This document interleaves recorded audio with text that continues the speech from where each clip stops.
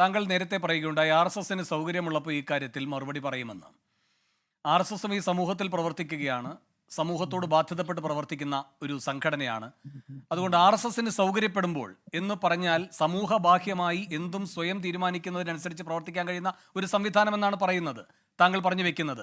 അത്രയും ഗർവോടെ, അത്രയും ജനാധിപത്യ നിരാസത്തോടെയാണ് ആ സംഘടന പ്രവർത്തിക്കുന്നത് എങ്കിൽ അതൊരു മഹിമയായി താങ്കൾക്ക് തോന്നും. പൊതുസമൂഹത്തെ സംബന്ധിച്ചത് അങ്ങേയറ്റം വിമർശന വിധേയമാകേണ്ട ഒരു ഏകാധിപത്യ സ്വഭാവമുള്ള സംഘടന എന്നേ കാണാൻ കഴിയൂ.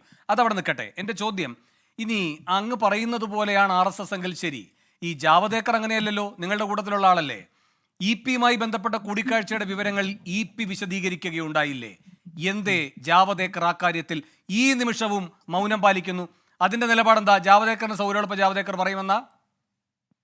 അല്ല, ഞങ്ങൾ ഏതൊക്കെ വിഷയത്തിൽ എപ്പോഴൊക്കെ എന്തൊക്കെ പറയണമെന്ന് ഞങ്ങളല്ലേ തീരുമാനിക്കേണ്ടത്, അല്ലേ? ആ സ്വാതന്ത്ര്യം ഞങ്ങൾക്കില്ല, അത് നിങ്ങൾക്കാണ് ആ സ്വാതന്ത്ര്യം. ജനാധിപത്യ രാജ്യമല്ലേ, അല്ലേ?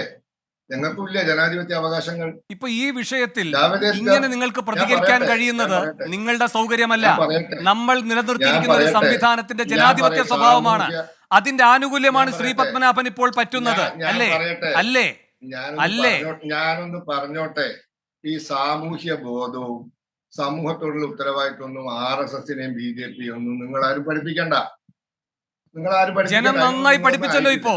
ജനം ഇപ്പൊ നന്നായി പഠിപ്പിച്ചിട്ട് ആ അടിയും കൊണ്ടിരിക്കുകയല്ലേ. ഇനി തുടർന്നോ? ആയിട്ടില്ല. ആവശ്യമില്ലാത്ത വർത്താനം പറയണ്ട. അതിനൊന്നും നിങ്ങളൊന്നും ആയിട്ടില്ല. RSS ഇന്ത്യയിലെ ഏറ്റവും വലിയ സംഘടനയാണ്. നിങ്ങൾ പഠിപ്പിച്ചിട്ടൊന്നല്ല അവർ ഈ നിലയിലെത്തിയത്.